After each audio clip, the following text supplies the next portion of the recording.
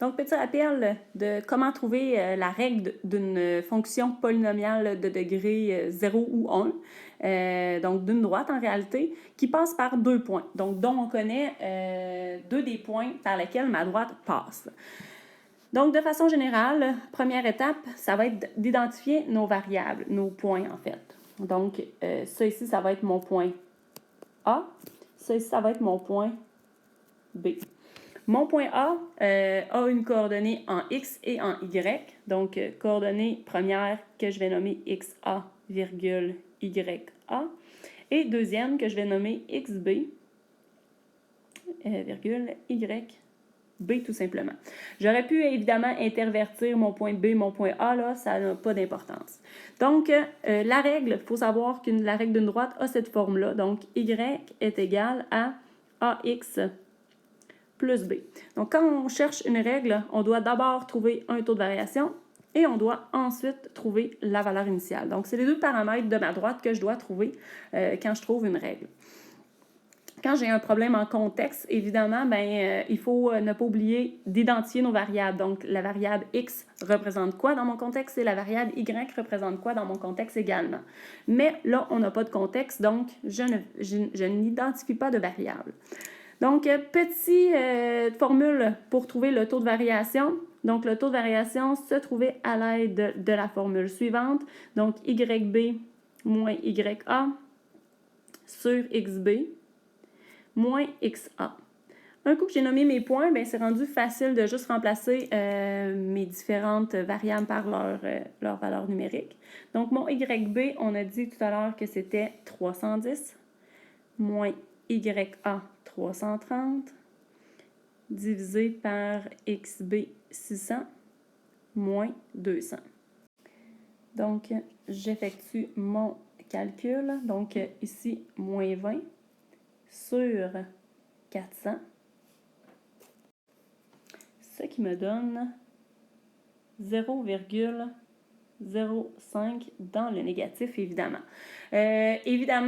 Si ça me donne un nombre qui est environ égal, je préfère garder le chiffre exact, donc je peux laisser la fraction. Donc, un taux de variation peut être aussi une fraction. Il ne faut pas avoir peur de travailler avec. Je rappelle qu'en contexte, un taux de variation a des unités. Donc, c'est les unités, évidemment, de Y par les unités de X, tout simplement. Là, comme je n'ai pas de contexte, je ne mettrai pas d'unité, tout simplement. Donc, je remplace, un coup que j'ai trouvé mon taux de variation, je remplace dans la formule la valeur que j'ai trouvée. Donc, Y est égal à moins 0,05 X plus B. Donc, prochaine étape, ça va être de trouver la valeur de mon B. Donc, là où ma droite passe par l'axe des Y. Pour ce faire, j'ai besoin d'un couple de points XY que je vais pouvoir remplacer dans ma règle tout simplement. Je peux prendre le point A, je peux prendre le point B, ça n'a pas d'importance. Mais c'est là que je pose le point, évidemment. Donc, posons. Moi, je vais prendre le premier point. Donc, posons le point A tout simplement, qui est le point 200,330. Donc, évidemment, j'ai une coordonnée en X. On se rappelle, la première, c'est la coordonnée en X. La deuxième, c'est la coordonnée en Y. Donc, je vais tout simplement remplacer dans ma droite. Donc, mon Y,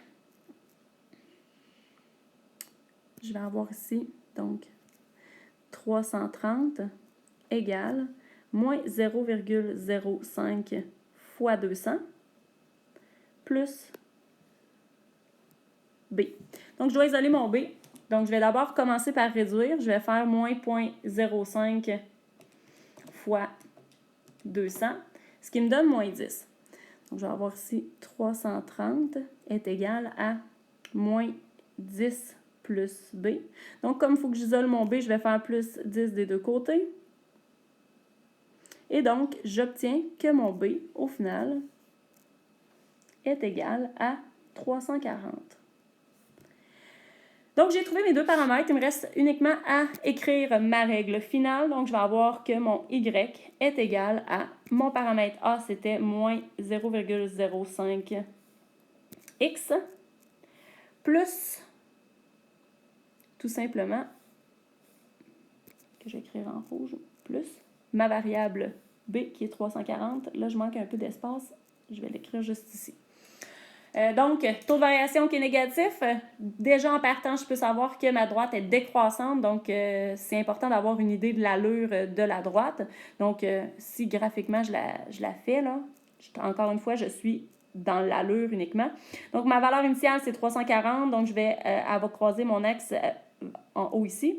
Et elle va décroître tout simplement. Comme mon taux de variation est très près de 0, elle risque d'être très peu inclinée. Évidemment, ça dépend toujours des graduations qu'on met à l'axe des X et à l'axe des Y. Donc, voilà pour le petit rappel. Évidemment, si on me donne déjà le taux de variation, c'est encore plus rapide. Si on me donne déjà aussi la valeur initiale, on sauve des étapes. Donc, quand on me donne un des deux paramètres, tout simplement, l'idée, c'est d'aller tout de suite remplacer le paramètre que je connais dans ma règle et par la suite de prendre un point et de remplacer mon point pour ainsi trouver le deuxième paramètre.